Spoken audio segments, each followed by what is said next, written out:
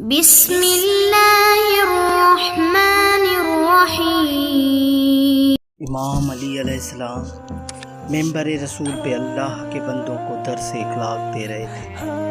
اتنے میں آپ فرمانے لگے، رمضان اللہ کی طرف سے انسانوں کے لیے رحمت، برکت اور بغیر کسی رکاوٹ کے ہر دعا پوری ہونے کا اعلان ہے۔ لیکن افسوس ہے ان لوگوں پر جو روزے کے بعد بھی روزے میں نہیں ہوتے۔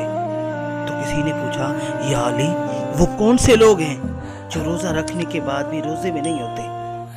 امام علی علیہ السلام نے فرمایا، اے لوگو، روزہ اپنے آپ کو بھوکا رکھنے کا نام نہیں، بلکہ اپنے آپ کو متقی، پرہیزگار اور گناہوں سے دور رکھنے کا نام ہے۔ یاد رکھنا، جو لوگ روزہ رکھنے کے بعد بھی گناہ کرے، کھانے پینے سے تو دور رہے، لیکن آنکھوں سے، زبان سے، کانوں سے، ہاتھوں سے گناہ کرتا رہے، تو ایسا انسان روزے کے بعد بھی روزے میں نہیں ہوتا، اور یوں نہ اسے کسی روزے کا ثواب ملتا ہے، نہ رمضان کے مہینے میں وہ رمضان سے فائدہ اٹھا پاتا ہے، کیونکہ اللہ نے انسان کو اسی لیے رمضان دیا تاکہ انسان 30 دن تک اپنی فطرت سے جنگ کرے، اپنے نفس سے لڑے، اللہ کے لیے اپنی بری عادتوں سے دور رہے، تاکہ اس 30 دنوں کا اثر آنے والا پورا سال اس کی فطرت پر حاوی رہے،